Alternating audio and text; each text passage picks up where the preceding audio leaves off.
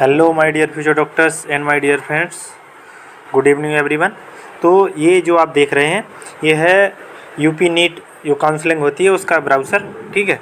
और इसमें कुछ पॉइंट बताए गए हैं वो आपको मैं मेंशन कर देता हूँ, ठीक है। तो आप और इसी के साथ साथ आप इस ब्राउज़र को पढ़ सकते हैं। टेलीग्राम पे मैं इसकी पीडीएफ डाल दूँगा, तो आप वहाँ से भी एक बार इसको अगर पढ़ना चाहते हैं तो वहाँ से पढ़ लीजिएगा, ठीक है। क्योंकि इसमें मैं आपको कुछ चीज़ें ही बताऊँगा जो इम्पोर्टेंट है आपके लिए।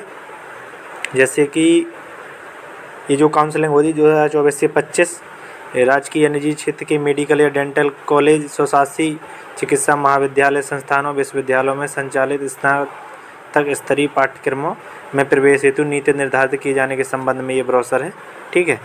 और इसमें जो मेन पॉइंट है अभ्यर्थियों के, जो पॉइंट नंबर 1 है, अभ्यर्थियों के ऑनलाइन पंजीकरण, स्टेट मेरिट लिस्ट तथा विवरण पुस्तिका। ये कुछ ज़्यादा इम्पोर्टेंट तो है नहीं, आप इसमें देख सकते हैं। नीट यूजी 2024 के माध्यम से चयनित छात्रों का ऑनलाइन पंजीकरण, डेटा कैप्चर, फ़ोटो अपलोड, पंजीकरण, धरोहर मतलब कि जो अमाउंट है, भुगतान आदि की कार्रवाई हेतु राष्ट्रीय सूचना विज्ञान केंद्र NIC योजना भवन लखनऊ को तकनीकी संस्था। ये भी आपके लिए कुछ इम्पोर्टेंट नहीं, ये सब तो नॉर्मल चीज़ है, ठीक है। लेकिन आप फिर भी अगर पढ़ना चाहें तो पढ़ लीजिएगा। हाँ, अब मेन बात तो आते हैं कि एलिजिबिलिटी क्या है, ठीक है। तो एलिजिबिलिटी क्या है, जिन्होंने नीट यूजी 2024 की परीक्षा में भाग लिया है या मतलब पार्टिसिपेट किया है तो वो इसके योग्य हैं, ठीक है। वो इसके लिए योग्य हैं, वो ही पार्टिसिपेट कर सकती हैं, ये तो आप जानते ही हैं, नॉर्मल सी बात है। और इसके बाद आगे कुछ इम्पोर्टेंट आपको बताता हूँ, कुछ ऐसा इम्पोर्टेंट जो इम्पोर्टेंट हो। रजिस्ट्रेशन के बारे में चलिए बात करते हैं। यूपी नीट यूजी 2024 की काउंसलिंग हेतु अभ्यर्थी द्वारा वेबसाइट। हाँ देखो, इन्होंने वेबसाइट बता दी है कि आप किस वेबसाइट के थ्रू रजिस्ट्रेशन करेंगे। तो upneet.gov.in ये वेबसाइट है जिस पर कि यूपी नीट की काउंसलिंग होगी, ठीक है। और इसी पर आपको रजिस्ट्रेशन का जो फीस है वो जमा करना होगा। और काउंसलिंग हेतु पंजीकरण शुल्क निम्नानुसार देय होगा। मतलब जो काउंसलिंग के लिए रजिस्ट्रेशन फीस है वो कितनी रहेगी, तो फर्स्ट या सेकंड एवं थर्ड राउंड की जो काउंसलिंग है उसके लिए 2000 रुपये मात्र ये रजिस्ट्रेशन फ़ीस है, ठीक है। और स्टे वैकेंसी जो राउंड होगा तीसरे राउंड के बाद, उसके लिए जो रजिस्ट्रेशन फ़ीस है वो 1000 है। फिर इसके बाद आगे बताया गया है कि स्टे वैकेंसी राउंड में भाग लेने हेतु सभी योग्य विद्यार्थियों को नवीन पंजीकरण कराना अनिवार्य होगा। और इसी के साथ साथ जो फर्स्ट सेकंड थर्ड राउंड के बाद स्टे वैकेंसी राउंड होगा तो उसमें आपको अगर रजिस्ट्रेशन करवाना है तो फ्रेश रजिस्ट्रेशन करना होगा दोबारा से, ठीक है। और उसका जो फीस था वो था 1000। और पंजीकरण शुल्क किसी भी दशा में वापस दे नहीं है, नॉन रिफंडेबल है। मतलब कि जो रजिस्ट्रेशन फ़ीस है 2000 और 1000 ये नॉन रिफंडेबल है, ये वापस नहीं होगी। फिर इसके बाद हम बात करते हैं सिक्योरिटी मनी की। सिक्योरिटी मनी वो है, ठीक है, ये रिफंडेबल होती है, ठीक है। तो यूपी नीट यूजी 2024 की काउंसलिंग हेतु सिक्योरिटी मनी निम्नानुसार है। मतलब ये फॉलोइंग में बता रहे हैं कि राजकीय क्षेत्र के कॉलेजों मतलब गवर्नमेंट कॉलेज की जो सिक्योरिटी फीस है वो है 30,000, ठीक है। और जो प्राइवेट मेडिकल कॉलेज के लिए जो सिक्योरिटी फीस है वो है 2 लाख, ये रिफंडेबल है। और जो प्राइवेट डेंटल कॉलेजों के लिए है, ठीक है, वो है 1 लाख। और ऐसे अभ्यर्थी जो राजकीय एवं निजी मेडिकल एवं डेंटल दोनों क्षेत्र के सीटों हेतु काउंसलिंग में प्रतिभाग करना चाहते हैं उन्हें 2 लाख रुपये मात्र की धरोहर धनराशि जमा करनी होगी। मतलब ऐसे बच्चे जो गवर्नमेंट में और प्राइवेट दोनों में पार्टिसिपेट करना चाहते हैं तो सिर्फ वो प्राइवेट वाली सिक्योरिटी मनी फीस जमा करके दोनों में पार्टिसिपेट कर सकते हैं। मतलब कि उन्हें गवर्नमेंट की अलग से नहीं देनी होगी। अगर वो प्राइवेट में पार्टिसिपेट करते हैं तो जो प्राइवेट के लिए सिक्योरिटी मनी उन्होंने जमा की है उसमें ही दोनों का हो जाएगा, ठीक है। अलग से नहीं देनी होगी, वो दोनों में पार्टिसिपेट कर सकते हैं। और ऐसे अभ्यर्थी जो राजकीय एवं निजी दोनों क्षेत्र के डेंटल कॉलेजों की सीटों हेतु काउंसलिंग में प्रतिभाग करना चाहते हैं उन्हें मात्र रुपये 1 लाख की धरोहर धनराशि जमा करनी होगी। और ऐसा ही इन्होंने उसके लिए कहा डेंटल कॉलेजों के लिए कि डेंटल कॉलेजों में अगर कोई गवर्नमेंट और प्राइवेट दोनों में पार्टिसिपेट करना चाहता है तो वो अगर पार्टिसिपेट दोनों में करना चाहता है तो उसको जो सिक्योरिटी मनी लगेगी वो 1 लाख लगेगी। और उसको अलग से डेंटल कॉलेज की सिक्योरिटी जो गवर्नमेंट डेंटल कॉलेज है उसके लिए अलग से नहीं लगेगी। वो सिर्फ एक फ़ीस के द्वारा, मतलब एक सिक्योरिटी मनी जो 1 लाख जमा कर रहे हैं उसी के द्वारा गवर्नमेंट और प्राइवेट दोनों काउंसलिंग में पार्टिसिपेट कर सकता है, दोनों कॉलेजों के लिए काउंसलिंग में पार्टिसिपेट कर सकता है। और धरोहर धनराशि ऑनलाइन प्रक्रिया के माध्यम से जमा कराई जाएगी। और ये जो सिक्योरिटी मनी है इस बार भी ऑनलाइन ही जमा होनी है। ठीक है, अभ्यर्थियों द्वारा धरोहर राशि जमा नहीं की जाएगी, वह चॉइस फिलिंग हेतु योग्य नहीं होंगे। और जिन भी स्टूडेंट के द्वारा सिक्योरिटी मनी जमा नहीं की जाएगी तो वो चॉइस फिलिंग नहीं कर पाएंगे। समस्त चक्र की काउंसलिंग समाप्त होने के उपरांत यदि अभ्यर्थी को कोई भी सीट आवंटित नहीं होती है तो ऐसी दशा में उसकी धरोहर धनराशि उसी खाते में निम्नानुसार वापस की जाएगी जिस खाते से उसका भुगतान किया गया है। और ये यहाँ पे ये बता रहे हैं कि अगर आपके सारे राउंड हो गए काउंसलिंग के, फिर भी आपको कोई भी सीट्स अलॉट नहीं होती है तो आपको जिस अकाउंट से आपने फ़ीस कटवाई होगी, ठीक है, जिस अकाउंट से आपने फ़ीस कटवाई होगी उसी अकाउंट में फ़ीस वापस आएगी। तो इस बात का बहुत ध्यान रखना। जैसे कि बहुत से लोग साइबर कैफ़े से काउंसलिंग करवाते हैं तो उसी के अकाउंट से कटवा देते हैं तो फ़ीस उसी अकाउंट में वापस आएगी। इसलिए ज़्यादा से ज़्यादा हो सके तो अपना अकाउंट यूज करना है, अपने घर में किसी पेरेंट्स का। और वैसे भी आजकल सबका अकाउंट होता है तो इसलिए अपना अकाउंट यूज करना है, क्योंकि वापस आपके अकाउंट में ही आएगी तो आपको पता चल जाएगा। ठीक है। और अभिलेखों का सत्यापन, मतलब जो डॉक्यूमेंट हैं उनका जो वेरिफिकेशन होना है उसके बारे में है ये पॉइंट। यूपी नीट यूजी 2024 के अंतर्गत काउंसलिंग में प्रतिभाग करने वाले अभ्यर्थियों के अभिलेखों का सत्यापन ऑनलाइन माध्यम से कराया जाएगा। ठीक है। और इस बार जो है कि जो काउंसलिंग में पार्टिसिपेट करने वाले स्टूडेंट हैं तो उनके डॉक्यूमेंट का वेरिफिकेशन है वो ऑनलाइन ही हो जाएगा। ठीक है। अभ्यर्थियों द्वारा इस हेतु निम्नांकित अभिलेख अपलोड किए जाएंगे। और स्टूडेंट के द्वारा कौन कौन से डॉक्यूमेंट अपलोड किए जाएंगे वो बता रहे हैं ये कि हाई स्कूल की मार्कशीट या सर्टिफिकेट और इंटर की मार्कशीट, ठीक है, और आरक्षण से संबंधित प्रमाण पत्र, मतलब कि जो रिजर्वेशन सर्टिफिकेट होता है ओबीसी का, कास्ट सर्टिफिकेट, एससी का, एसटी का, ईडब्ल्यूएस और एक्स आर्मी, ठीक है, एनसीसी, फ्रीडम फाइटर, पीडब्ल्यूडी, ये सारे। ठीक है। और यदि लागू हो तो ठीक है, अगर ये आप पे वैलिड हैं तो ज़रूर यूज कर सकते हैं। ठीक है। और यही सब जब आप काउंसलिंग करेंगे तो अपने आप अगर वैलिड होंगे तो आपको दिख जाएगा। ठीक है। और इसी के साथ साथ डोमिसाइल सर्टिफिकेट यदि लागू हो। ठीक है। डोमिसाइल सर्टिफिकेट देखो, जो जिन्होंने इंटर यहाँ से किया होता है उनको डोमिसाइल सर्टिफिकेट की ज़रूरत भी नहीं पड़ती है। ठीक है, अगर यूपी से किया है तो। यूपी नीट यूजी 2024 में पंजीकरण के समय अभ्यर्थी को अभिलेखों के ऑनलाइन सत्यापन हेतु निम्नलिखित में से किसी एक नोडल सेंटर का चयन करना होगा।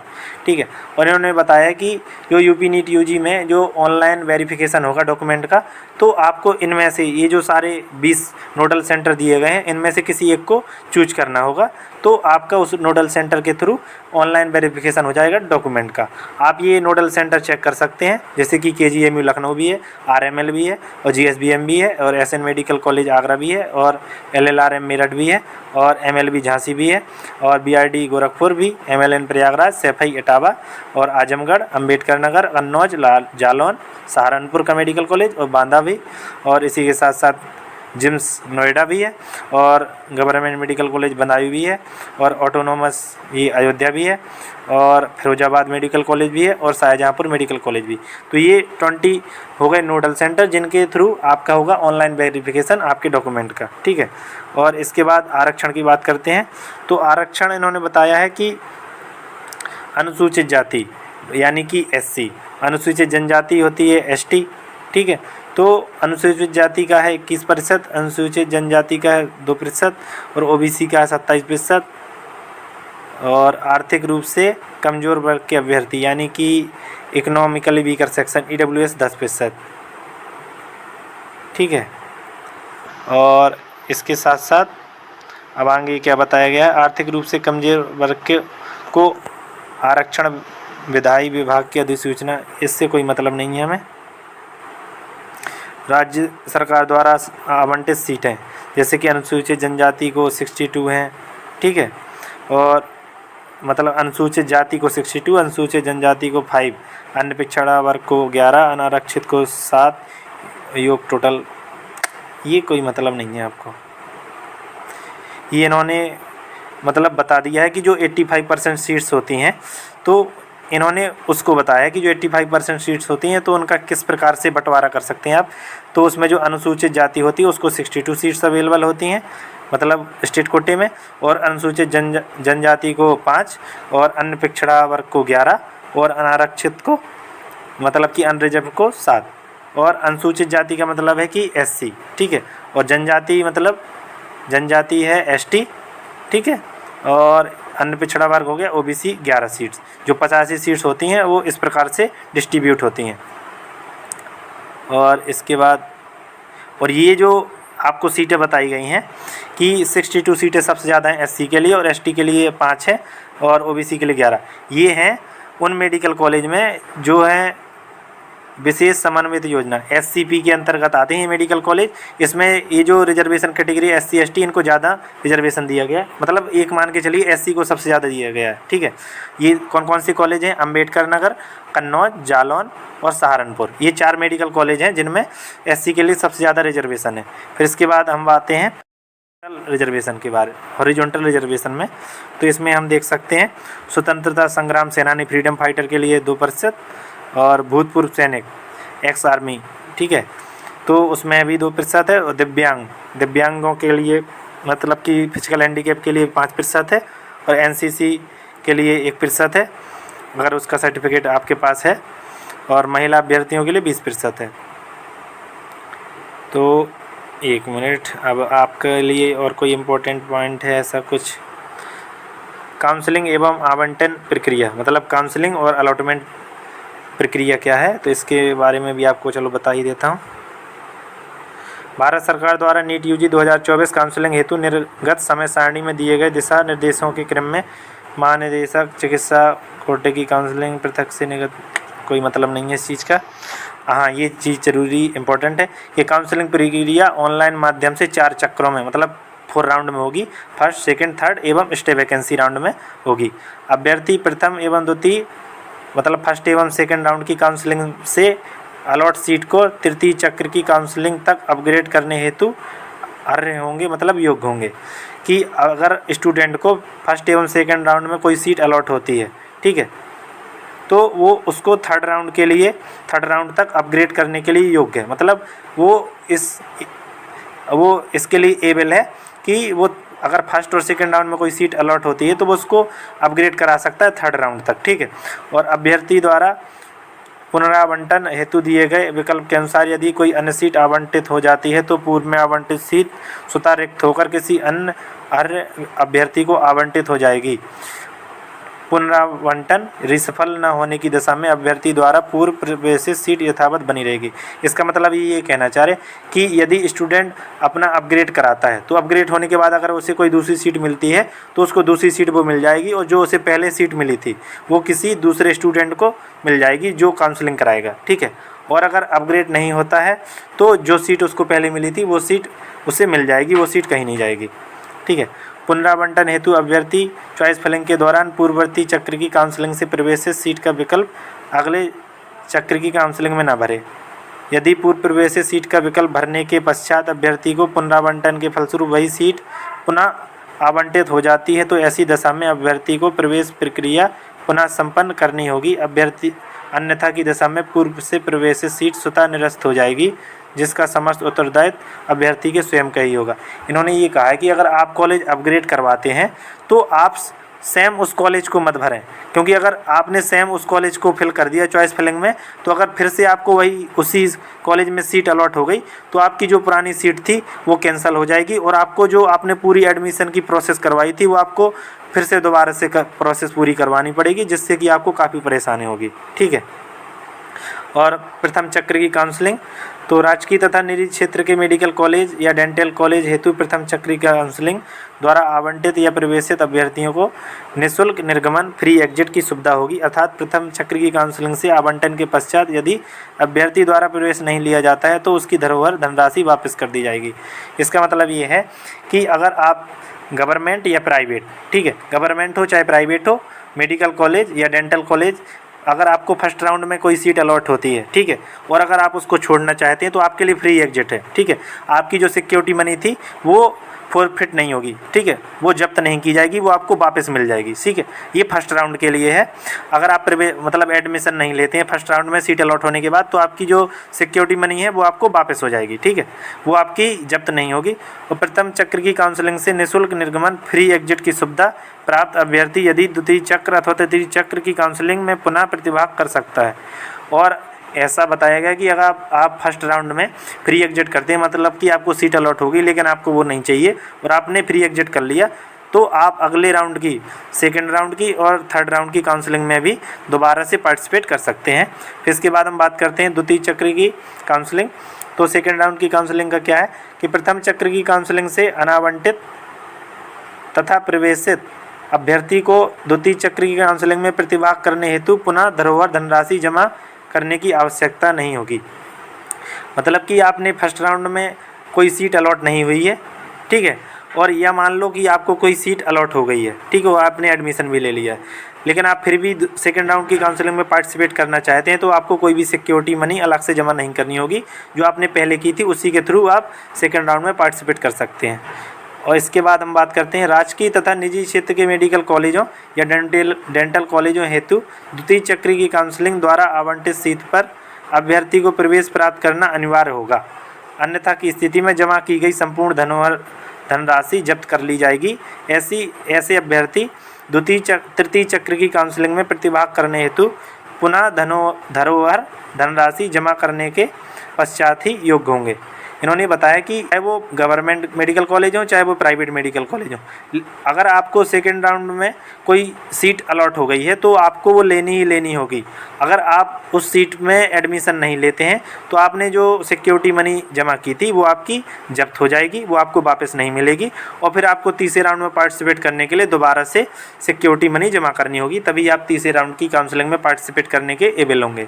ठीक है, ये कहना चाह रहा है। इसके बाद फिर आगे बताता हूँ, राजकीय तथा निजी क्षेत्र के मेडिकल कॉलेजों या डेंटल कॉलेजों हेतु प्रथम चक्र की काउंसलिंग से प्रवेशित अभ्यर्थी यदि द्वितीय चक्र की काउंसलिंग में पुनरावंटन के पश्चात प्रवेश नहीं लेता है तो अभ्यर्थी द्वारा जमा की गई संपूर्ण धरोहर धनराशि जब्त कर ली जाएगी एवं उसके द्वारा राजकीय क्षेत्र के मेडिकल कॉलेजों या डेंटल कॉलेजों हेतु प्रवेश शुल्क को छोड़कर तत्समय जमा संपूर्ण शुल्क एवं निजी क्षेत्र के मेडिकल कॉलेजों या डेंटल कॉलेजों हेतु उसके द्वारा तत्समय जमा शिक्षण शुल्क वापस कर दिया जाएगा। अभ्यर्थी के मूल अभिलेख भी वापस कर दिए जाएंगे। एक मिनट इसको थोड़ा समझते हैं।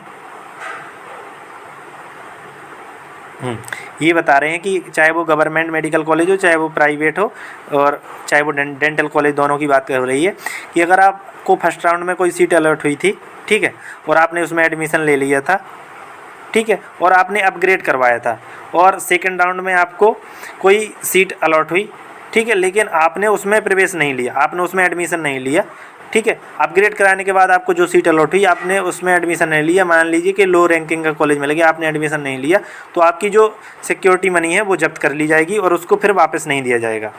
ठीक है, एवं उसके द्वारा प्रवेश शुल्क को छोड़कर जो रजिस्ट्रेशन की फीस थी, नहीं सॉरी जो एडमिशन की फ़ीस थी, जो आपने मतलब फर्स्ट राउंड में जहाँ पे एडमिशन लिया था वो एडमिशन फ़ीस थी, वो आपको वापस कर दी जाएगी। ठीक है, वहाँ पे आपने जितनी भी एडमिशन फ़ीस और वहाँ की जो कॉलेज की फ़ीस दी होगी वो आपको वापस कर दी जाएगी, और जो आपके डॉक्यूमेंट होंगे वो भी आपको वापस कर दिए जाएंगे। ठीक है, एक बार इस पॉइंट को आपको फिर से समझा देता हूँ कि अगर मान लीजिए आपको फर्स्ट राउंड में कोई कॉलेज अलॉट हुआ, आपने उसमें एडमिशन ले लिया, लेकिन आपने फिर भी अपग्रेड करवाया कॉलेज को, आपको सेकेंड राउंड में कोई और लो रैंकिंग का कॉलेज मिल गया, आपको वो नहीं चाहिए, आप अगर उसकी सीट छोड़ते हैं, ठीक है, आप अगर उसकी सीट छोड़ते हैं और एडमिशन नहीं लेते हैं, ठीक है, तो आपकी जो सिक्योरिटी मनी होगी वो क्या करते हैं कि सिक्योरिटी मनी आपकी जब्त कर ली जाएगी, लेकिन आपने जो उस कॉलेज में एडमिशन के लिए एडमिशन फ़ीस, ठीक है, और कॉलेज की फ़ीस दी थी वो आपको वापस हो जाएगी। ठीक है, ये कहना चाह रहा है अगर आप एडमिशन नहीं लेते हैं तो। ठीक है, और इसके बाद बात करते हैं थर्ड राउंड की काउंसलिंग की। तो अब हम बात करेंगे थर्ड राउंड की। तो प्रथम एवं द्वितीय चक्र की काउंसलिंग से अनावंटित तथा प्रवेशित अभ्यर्थियों को तृतीय चक्र की काउंसलिंग में प्रतिभाग करने हेतु पुनः धरोहर धनराशि जमा करने की आवश्यकता नहीं है। ये बता रहे हैं कि अगर फर्स्ट राउंड एवं सेकंड राउंड की काउंसलिंग से आपको कोई अलॉटमेंट नहीं हुआ है, ठीक है, या फिर आपने एडमिशन ले लिया है, ठीक है, तो आपको फिर भी थर्ड राउंड में पार्टिसिपेट करना है, तो इसके लिए आपको कोई भी सिक्योरिटी मनी दोबारा से जमा करने की ज़रूरत नहीं है। ठीक है, अगर आपने सेकेंड राउंड में एडमिशन ले लिया है तो भी आपको दोबारा से सिक्योरिटी मनी जमा करने की आवश्यकता नहीं है। ठीक है, आपको दोबारा से नहीं करनी पड़ेगी। ठीक है, इसके बाद आगे बताया गया राजकीय तथा निजी क्षेत्र के मेडिकल कॉलेजों या डेंटल कॉलेजों हेतु तृतीय चक्र की काउंसलिंग द्वारा आवंटित सीट पर अभ्यर्थी को प्रवेश प्राप्त करना अनिवार्य होगा, अन्यथा की स्थिति में जमा की गई धरोहर धनराशि जब्त कर ली जाएगी। और ये बता रहे कि चाहे वो गवर्नमेंट मेडिकल कॉलेज हो चाहे प्राइवेट, अगर आपको थर्ड राउंड की काउंसलिंग से कोई कॉलेज अलॉट होता है तो आपको उस कॉलेज की सीट को लेना ही होगा। अगर आप उस कॉलेज की सीट को छोड़ देते हैं तो आपकी जो सिक्योरिटी मनी है वो जब्त कर ली जाएगी, वो आपको वापस नहीं होगी। फिर इसके बाद आगे बताया गया है, राजकीय क्षेत्र के मेडिकल कॉलेजों या डेंटल कॉलेजों हेतु प्रथम या द्वितीय चक्री काउंसलिंग से प्रवेशित अभ्यर्थी यदि तृतीय चक्र की काउंसलिंग में पुनरावंटन के पश्चात प्रवेश नहीं लेता है तो अभ्यर्थी द्वारा जमा की गई संपूर्ण धरोहर धनराशि तथा तत्समय जमा किए गए समस्त लिया जाएगा।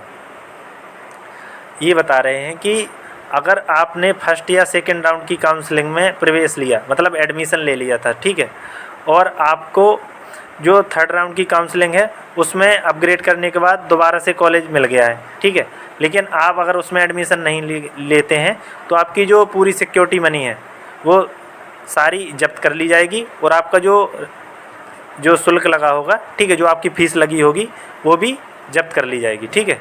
जो शायद एडमिशन फ़ीस की बात कर, इन्होंने क्लियर नहीं किया है कि प्रवेश शुल्क की बात कर रहे हैं या फिर रजिस्ट्रेशन फ़ीस की बात कर रहे हैं, ठीक है। वैसे रजिस्ट्रेशन फ़ीस की बात कर रहे होंगे, वो तो वैसे भी जाती है, वो तो नॉन रिफंडेबल ही होती है। और इसके बाद इन्होंने बताया निजी क्षेत्र के मेडिकल कॉलेजों या डेंटल कॉलेजों हेतु प्रथम या द्वितीय चक्र की काउंसलिंग से प्रवेशित अभ्यर्थी यदि तृतीय चक्र की काउंसलिंग में पुनरावंटन के पश्चात प्रवेश नहीं लेता है। अब ये बता रहे हैं प्राइवेट के बारे में, ठीक है।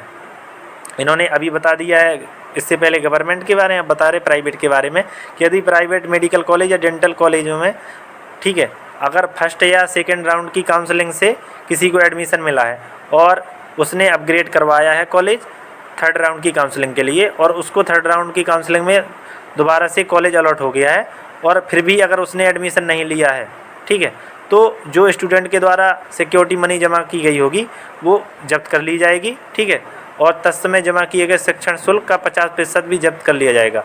और आपका जो एडमिशन के टाइम वहाँ कॉलेज में जो फीस लगी होगी, कॉलेज की फीस लगी होगी, उसका भी 50% जमा कर लिया जाएगा और 50% ही वापस होगा, ठीक है। और इसके बाद हम बात करते हैं तृतीय चक्र की काउंसलिंग के आवंटन की प्रोसेसिंग के पश्चात यदि आरक्षित श्रेणी की कोई भी सीट रिक्त रह जाती है तो ऐसे सभी सीटों को निम्नांकित तालिका अनुसार आमेलित करते हुए आवंटन प्रक्रिया संपन्न की जाएगी। ये बता रहे हैं कि अगर राउंड 3 के बाद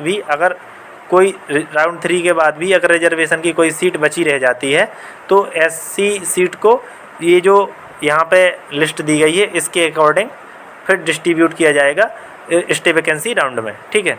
जैसे कि यहाँ कौन कौन सी कैटेगरी हैं, ST, SC, unreserve, OBC, EWS, ठीक है, और ST इनके साथ साथ इनकी PWD, ठीक है, कोटा और एक्स आर्मी मैन और फ्रीडम फाइटर NCC ये कोटा भी है, ठीक है।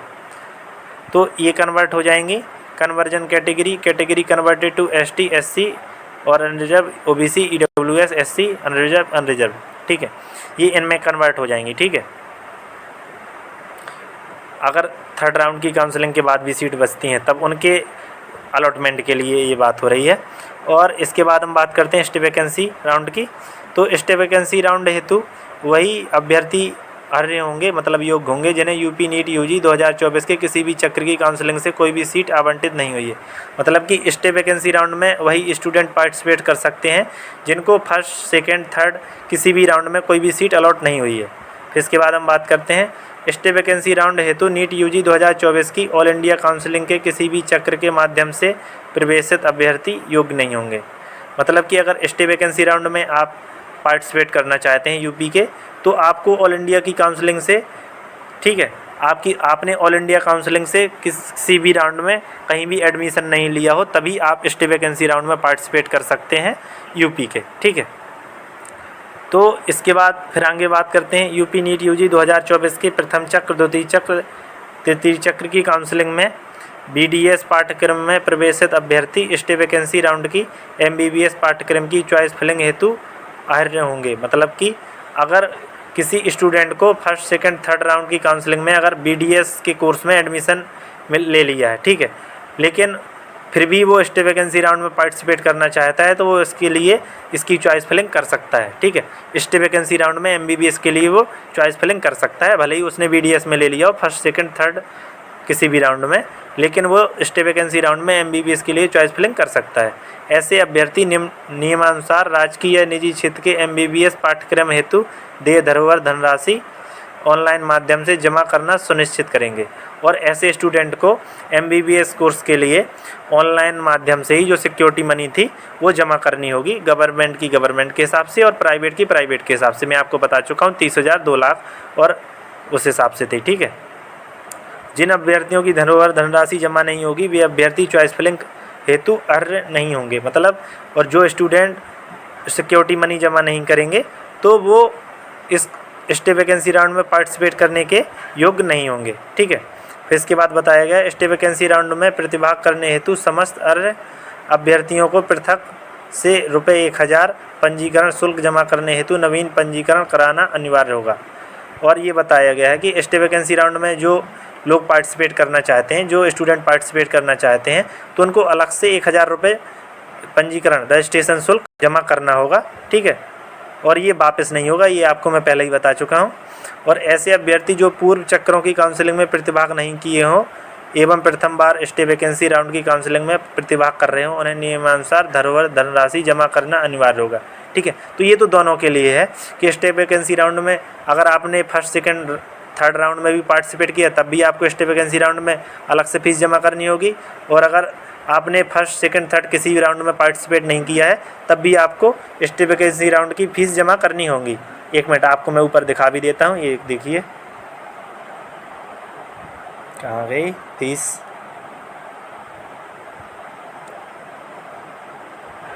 ठीक है, ये देखिए स्टे वैकेंसी राउंड में प्रतिभाग करने हेतु सभी योग्य स्टूडेंट को नवीन पंजीकरण कराना अनिवार्य होगा। ठीक है, और इसकी फ़ीस है ₹1000। ठीक है, तो सभी को कराना होगा, चाहे उन्होंने पार्टिसिपेट किया हो या नहीं किया हो। फर्स्ट सेकंड थर्ड राउंड में उनको दोबारा से फ्रेश रजिस्ट्रेशन कराना होगा स्टे वैकेंसी राउंड के लिए, तभी वो उसमें पार्टिसिपेट कर सकते हैं। और उसकी फ़ीस है 1000 रजिस्ट्रेशन, जो कि नॉन रिफंडेबल है। ठीक है, इसके बाद हम बात करते हैं प्रथम द्वितीय तृतीय मतलब फर्स्ट सेकंड थर्ड राउंड की काउंसलिंग में पंजीकृत यानी कि रजिस्टर्ड एवं अनावंटित ऐसे अभ्यर्थी जिनके द्वारा पूर्व में धरोहर धनराशि जमा की गई है, उन्हें स्टे वैकेंसी राउंड की काउंसलिंग में प्रतिभाग करने हेतु पुनः धरोहर धनराशि जमा करने की आवश्यकता नहीं होगी। मतलब कि अगर आपने फर्स्ट सेकंड थर्ड राउंड की काउंसलिंग में रजिस्ट्रेशन कराया है, ठीक है, एवं अनावंटित, और आपको कोई भी कॉलेज की सीट अलॉट नहीं हुई है, तो ऐसे स्टूडेंट को दोबारा से, ठीक, और आपने मतलब पहले ही सिक्योरिटी मनी जमा कर रखी है, तो आपको स्टे वैकेंसी राउंड की काउंसलिंग में पार्टिसिपेट करने हेतु दोबारा से अलॉटमेंट, दोबारा से मतलब सिक्योरिटी मनी जमा करने की आवश्यकता नहीं है। ठीक है, तो ये तब है कि जब आपको फर्स्ट सेकंड थर्ड राउंड में कोई भी कॉलेज अलॉट नहीं हुआ। ठीक है, आपने रजिस्ट्रेशन तो कराया है, फीस भी जमा की है, सिक्योरिटी मनी, लेकिन आपको कोई भी कॉलेज अलॉट नहीं हुआ है। ठीक है, तो आप स्टे वैकेंसी राउंड में आपको कोई भी सिक्योरिटी मनी जमा नहीं करनी होगी। ठीक है, और इससे पहले जो मैंने आपको बताया कि जिन्होंने फर्स्ट सेकंड राउंड में पार्टिसिपेट किया हो या नहीं किया हो उनको फ्रेश रजिस्ट्रेशन कराना पड़ेगा स्टे वैकेंसी राउंड के लिए। ठीक है, तो नहीं किया है जिसने, उनको तो कराना ही पड़ेगा, और जिन्होंने किया है, ठीक है, लेकिन उन्हें कोई सीट अलॉट हुई थी छोड़ दिया है, तो उनको भी कराना होगा। ठीक है, वो पॉइंट था। और स्टे वैकेंसी राउंड से आवंटन प्राप्त समस्त अभ्यर्थियों को प्रवेश के समय समस्त मूल शैक्षणिक या आरक्षण संबंधी प्रमाण पत्र आवंटित मेडिकल कॉलेज या नोडल सेंटर पर प्रस्तुत करना होगा, अन्यथा की स्थिति में अभ्यर्थी के प्रवेश पर विचार नहीं किया जाएगा। और ये बता रहे हैं कि अगर स्टे वैकेंसी राउंड के बाद आपको कोई कॉलेज अलॉट हुआ है तो आपको अपने सारे डॉक्यूमेंट ले जाना है, या जो आपको कॉलेज अलॉट हुआ है या फिर नोडल सेंटर पर, और अगर आप नहीं ले जाते हैं तो आपको प्रवेश नहीं मिल पाएगा, मतलब एडमिशन नहीं मिल पाएगा, उसमें प्रॉब्लम आ जाएगी और आपका भले ही सीट अलॉट हो गया हो लेकिन एडमिशन कैंसिल हो जाएगा। यदि कोई अभ्यर्थी स्टे वैकेंसी राउंड से आवंटन के पश्चात प्रवेश नहीं लेता है तो ऐसे अभ्यर्थियों की जमा धरोहर धनराशि जब्त कर ली जाएगी तथा यूपी नीट यूजी काउंसलिंग 2025-26 के लिए प्रतिबंधित कर दिया जाएगा। ये बता रहे हैं कि यदि किसी स्टूडेंट को स्टे वैकेंसी राउंड में कोई सीट मिली है, ठीक है, लेकिन वो उसने एडमिशन नहीं लिया है, तो ऐसे स्टूडेंट की जो सिक्योरिटी मनी है वो भी जब्त कर ली जाएगी। और मतलब जब्त कर ली जाएगी मतलब है कि दी नहीं जाएगी, उसे काट ली जाएगी, ठीक है। और इसके साथ ही साथ 2025 से 26 जो नेक्स्ट ईयर काउंसलिंग होगी उसमें भी उसको बैन कर दिया जाएगा, ठीक है। अब बात करते हैं प्रवेश प्रक्रिया की, एडमिशन प्रोसेस की। तो एडमिशन प्रोसेस में हम देख सकते हैं कि राजकीय क्षेत्र के मेडिकल कॉलेजों या डेंटल कॉलेजों या संस्थान या विश्वविद्यालय में आवंटन प्राप्त अभ्यर्थी आवंटित कॉलेज में व्यक्तिगत रूप से उपस्थित होकर निर्धारित समस्त शुल्क संबंधित मेडिकल कॉलेज या डेंटल कॉलेज में प्रचलित व्यवस्था के अनुसार जमा करने के साथ प्रवेश प्रक्रिया पूर्ण करेंगे। मतलब कि चाहे गवर्नमेंट मेडिकल कॉलेज हो, चाहे प्राइवेट हो, और चाहे वो डेंटल कॉलेज हो या फिर इंस्टीट्यूट हो या फिर यूनिवर्सिटी हो, उसमें जिन भी स्टूडेंट को कॉलेज अलॉट हुआ है उनको पर्सनली वहाँ जाकर जितना भी वहाँ का फीस लगता है उस कॉलेज के अकॉर्डिंग उसको जमा करना होगा, तभी आपकी जो एडमिशन की प्रोसेस है वो पूरी होगी। फिर इसके बाद हम बात करते हैं निजी क्षेत्र के मेडिकल कॉलेजों की। वो बात हो रही थी गवर्नमेंट की, ठीक है, ये बात हो रही है प्राइवेट की। तो प्राइवेट मेडिकल कॉलेजों की, चाहे वो डेंटल कॉलेज हो, ठीक है, एवं अल्पसंख्यक संस्थान हेतु प्रवेश प्रक्रिया के संबंध में रिट याचिका सिविल संख्या 267/2017 एजुकेशनल ट्रस्ट या अन्य बनाम मेडिकल काउंसिल ऑफ इंडिया व अन्य में माननीय उच्चतम न्यायालय द्वारा पारित आदेश दिनांक 9 तारीख 5वां महीना 2017 के क्रम में विभिन्न मेडिकल कॉलेजों या संस्थानों विश्वविद्यालयों को नोडल सेंटर बनाकर निजी क्षेत्र के मेडिकल कॉलेजों में आवंटित की प्रवेश प्रक्रिया पूर्ण की जाएगी। मतलब कि प्राइवेट मेडिकल कॉलेजों की जो एडमिशन की प्रोसेस होगी तो वो डिफरेंट मेडिकल कॉलेज या फिर यूनिवर्सिटीज़ को नोडल सेंटर बनाकर प्राइवेट मेडिकल कॉलेजों की एडमिशन की प्रोसेस पूरी होगी, ठीक है। और इसका जो ये एक मतलब नियम है, ये इन्होंने नियम मेंशन कर दिया है, ठीक है, हाई कोर्ट के अनुसार जो नियम है वो मेंशन किया है, ठीक है। इसके बाद हम बात करते हैं निजी क्षेत्र के कॉलेजों में प्रवेश हेतु नोडल सेंटर की सूची महानिदेशक चिकित्सा शिक्षा एवं प्रशिक्षण उत्तर प्रदेश द्वारा पृथक से जारी की जाएगी। मतलब कि जो प्राइवेट मेडिकल कॉलेजों की नोडल सेंटर की जो लिस्ट है वो DGME यूपी जो वेबसाइट है उस पर जारी कर दी जाएगी, मतलब उस पर इशू कर दी जाएगी।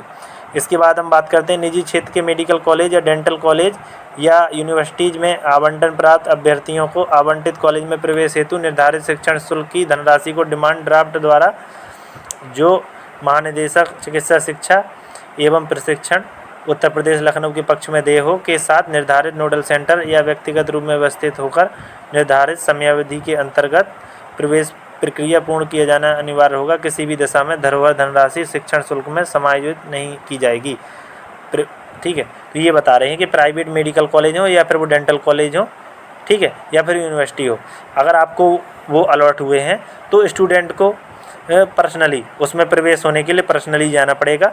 और जो भी वहाँ की जो फीस है कॉलेज की, ठीक है, यूनिवर्सिटी की, तो उसको DD के फॉर्म में जमा होगा।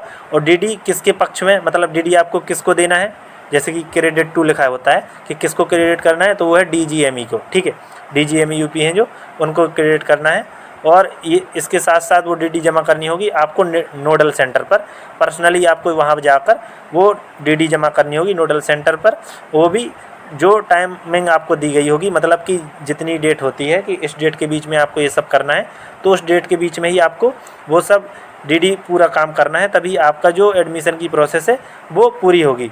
और किसी भी कंडीशन में जो आपने सिक्योरिटी मनी जमा की थी वो उसमें फिक्स नहीं की जाएगी कि आप सोचें कि हमारी जो सिक्योरिटी मनी है वो उसमें ऐड कर दीजिए, तो वो उसमें ऐड नहीं की जाएगी, वो अलग रहेगी, वो आपको बाद में वापस हो जाएगी, वो रिफंडेबल होती है, ठीक है।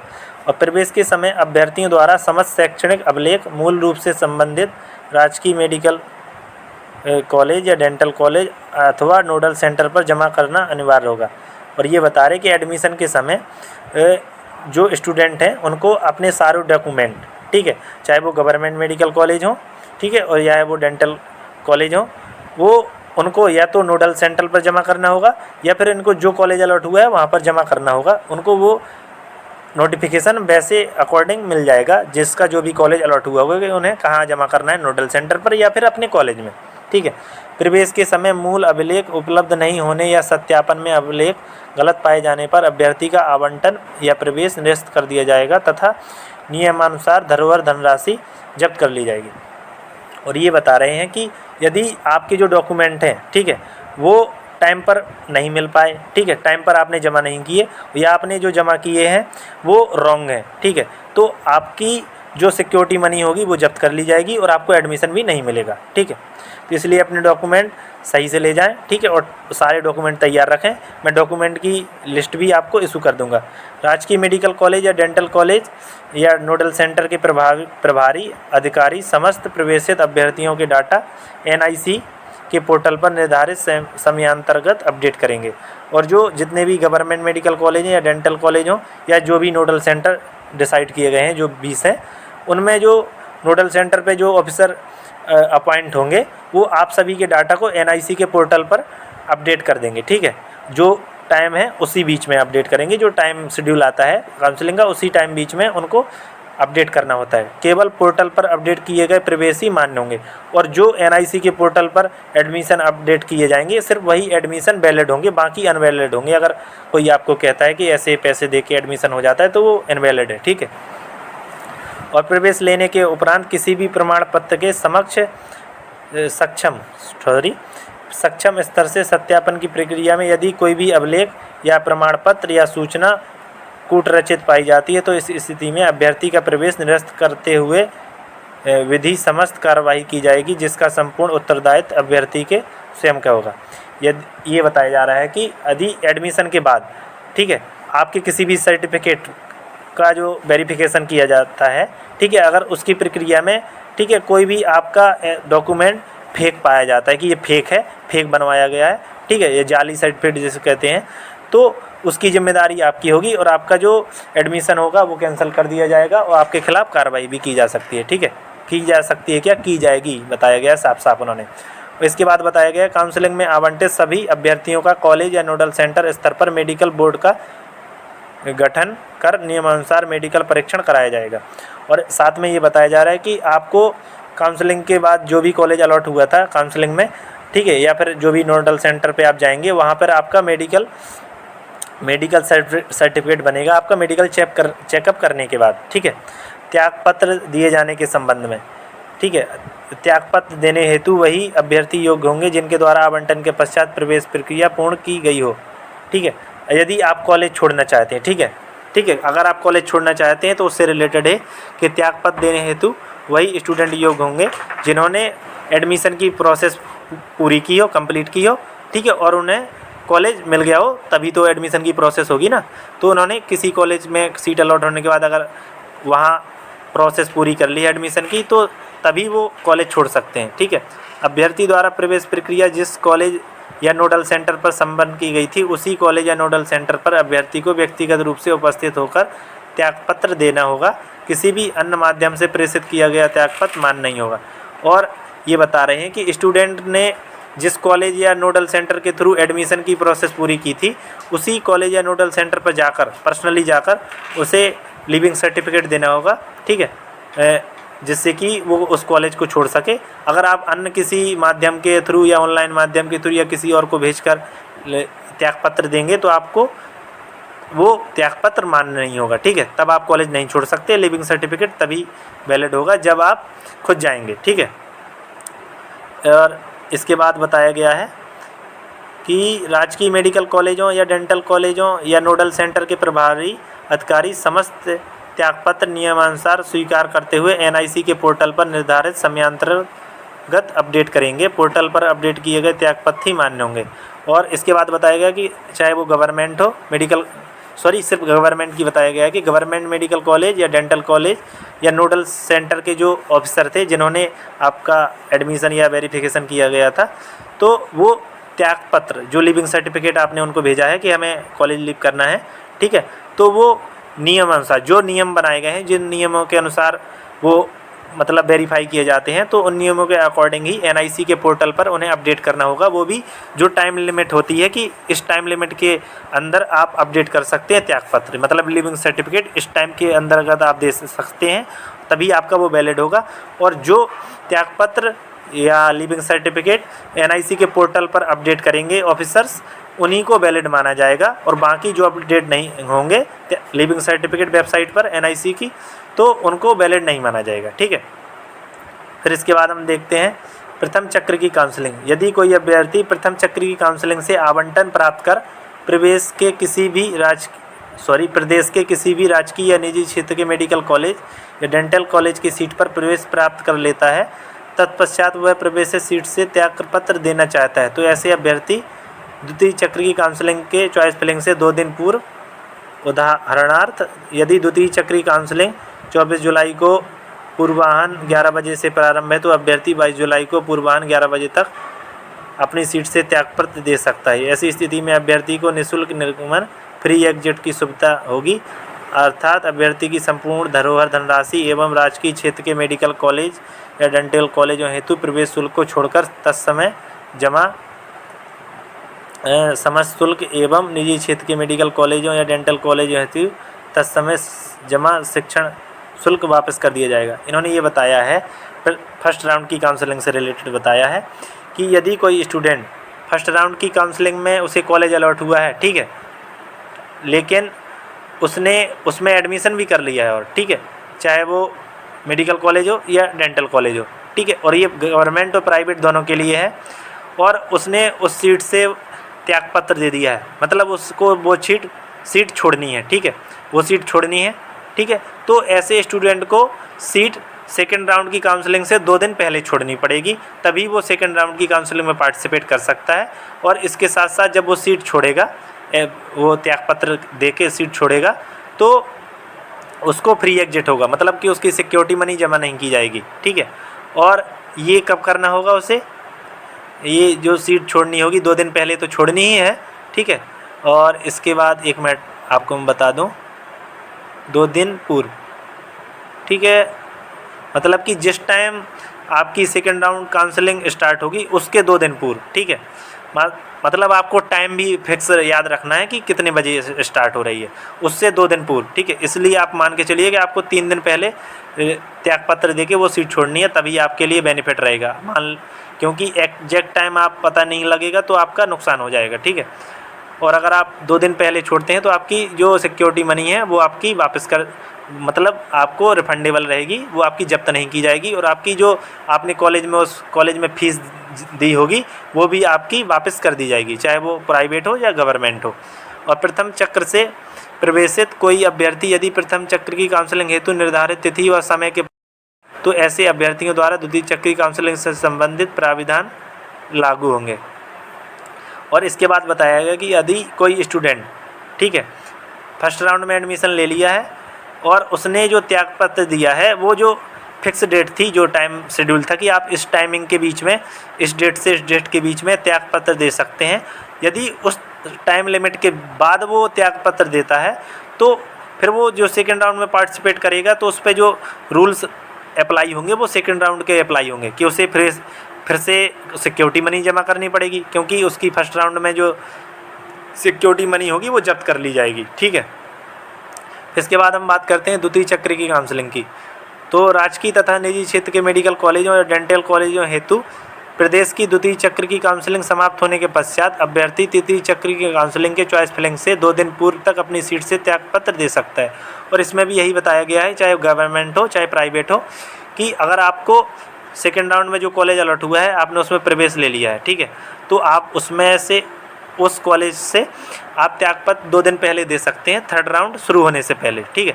थर्ड राउंड जब आपका शुरू होने हो तो उससे आप 2 दिन पहले त्यागपत्र दे सकते हैं, लिविंग सर्टिफिकेट दे सकते हैं, जिससे कि आप थर्ड राउंड में पार्टिसिपेट कर सकते हैं। और ऐसी स्थिति में अभ्यर्थी द्वारा जमा की गई संपूर्ण धरोहर धनराशि जब्त कर ली जाएगी, ठीक है।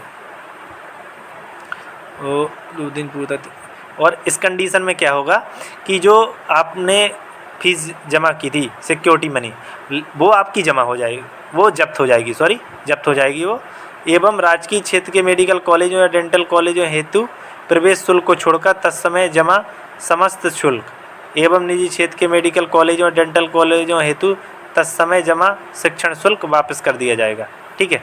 और ये बता रहे कि जब आप सेकेंड राउंड में वो त्यागपत्र दे के सीट छोड़ेंगे, ठीक है, तो आपकी जो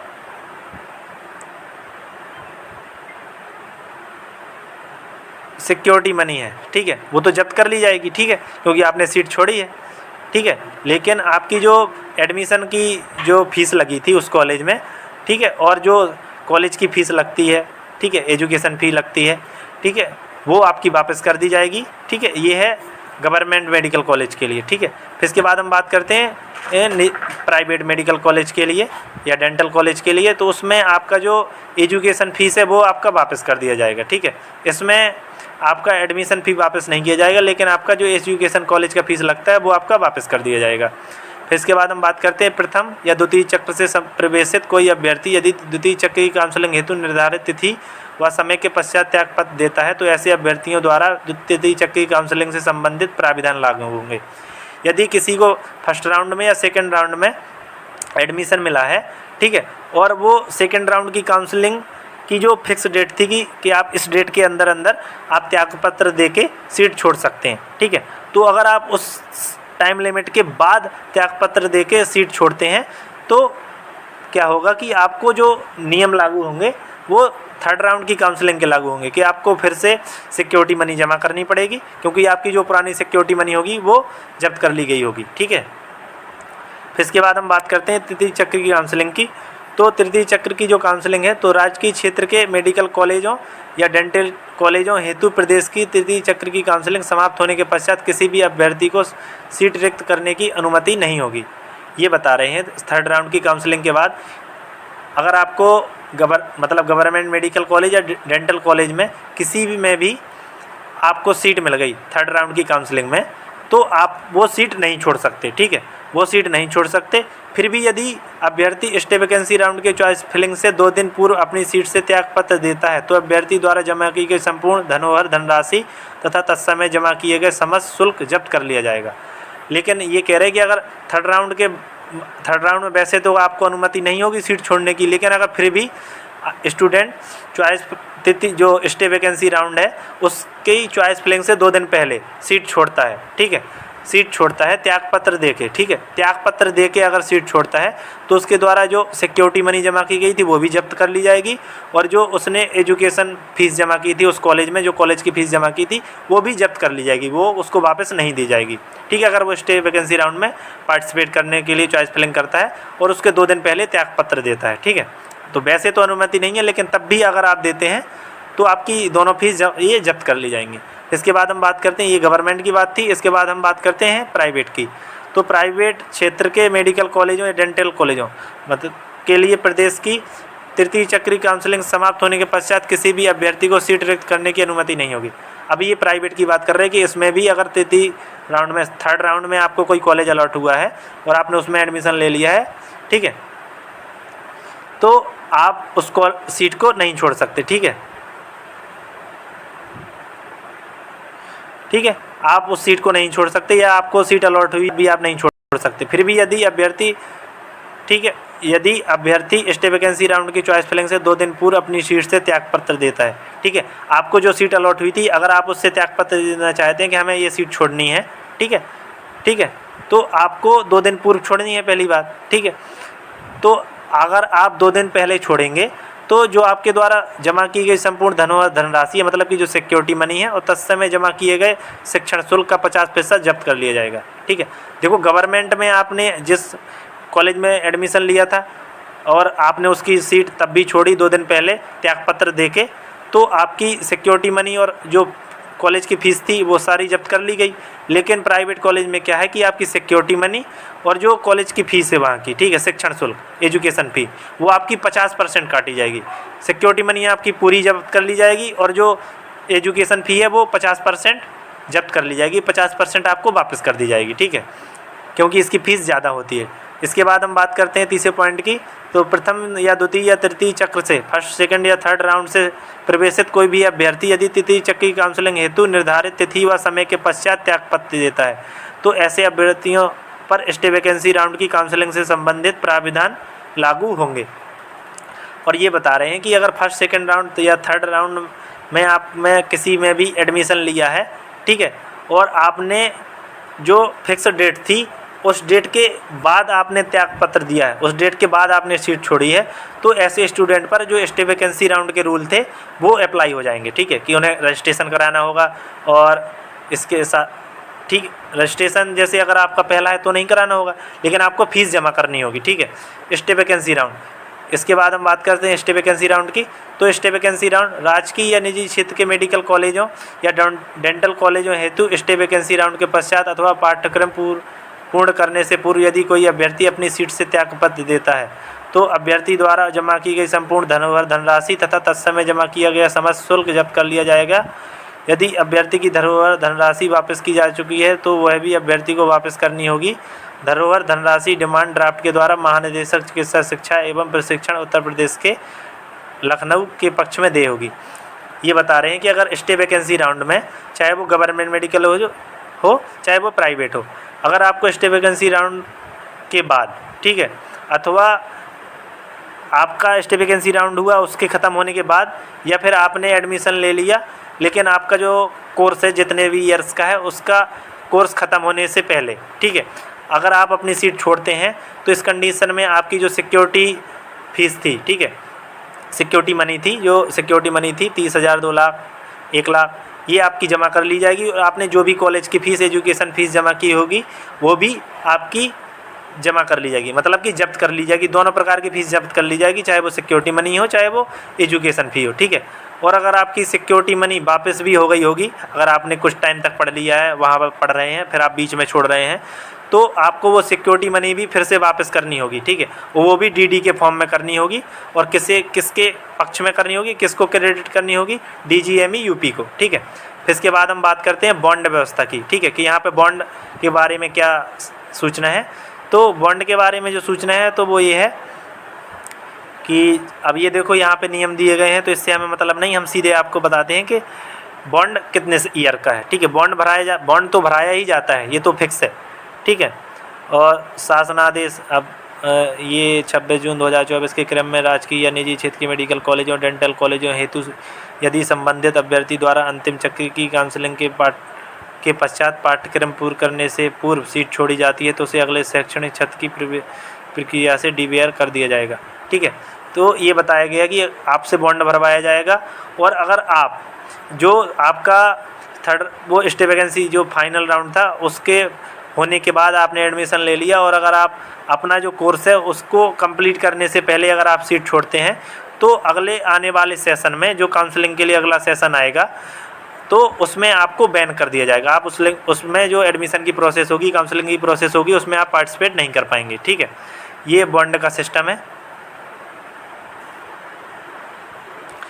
यहाँ पे अभी बॉन्ड के फ़ाइन के बारे में कुछ बताया नहीं गया है, वो फ़ाइन तब, ठीक है, लेकिन अभी मैं आपको आगे बताता हूँ। काउंसलिंग बोर्ड का गठन, तो इससे हमें कोई मतलब नहीं।